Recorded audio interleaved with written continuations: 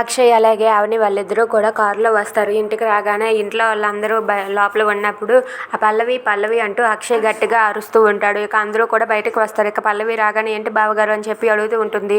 నువ్వు ఎక్కడికి వెళ్ళావు అని చెప్పి అడుగుతాడు. ఇంతలో తనైతే ఏం సమాధానం చెప్పకపోయేసరికి అవని అయితే పల్లవి నీ చెవులకు పెట్టుకున్న జొంకాలేవి ఎక్కడ ఉన్నాయి అని చెప్పి అడుగుతుంది. అది విని పల్లవి ఒక్కసారిగా షాక్ అయిపోతుంది. ఇక వాళ్ళ నాన్న కూడా తన చెవులకు పెట్టుకున్న జొంకాలు అక్కడ పడేసింది.